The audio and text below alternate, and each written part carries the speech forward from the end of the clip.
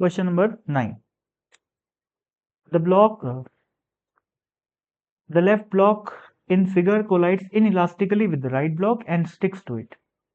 तो ये वाला ब्लॉक इससे क्या कर रहा है?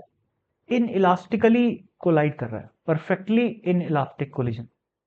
परफेक्टली इनइलास्टिक कोलिजन में वो दोनों बॉडीज चिपक जाती है कोलिजन के बाद. तो कोलिजन के अच्छा पूछा क्या है? Find the amplitude of the resulting simple harmonic motion. तो सोचो टक्कर के जस्ट बाद इसकी वेलोसिटी क्या हो जाएगी? टक्कर के बाद ये दोनों ब्लॉक कंबाइन हो गए, तो मैं उसको सिंगल ब्लॉक मान लेता हूं. और का ब्लॉक का मास कितना हो जाएगा? 2m. और मान लेते हैं जो कॉमन वेलोसिटी है वो है v डैश. तो मोमेंटम कंजर्वेशन से यानी कि mv is equal to 2mv dash, ये मोमेंटम कांस्टेंट रहेगा. तो इससे v डैश की वैल्यू क्या आ गई? v/2 आ गई. तो ये तो आ गया वो वेलोसिटी जिस कॉमन वेलोसिटी से वो दोनों ब्लॉक एसएचएम करेंगे अब. ठीक है.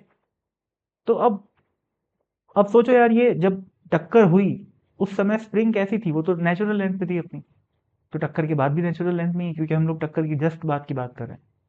और ये जो वेलोसिटी अपन निकाले हैं वो कौन से पोजीशन पे है? सोचो एसएचएम जो हो रहा है उसकी मीन पोजीशन की ही वेलोसिटी दी रखी है, यानी कि ये मैक्सिमम वेलोसिटी दे रखी है, क्योंकि अभी वो पार्टिकल अपनी मीन पोजीशन पे है. और मीन पोजीशन पे वेलोसिटी क्या होती है? मैक्सिमम होती है.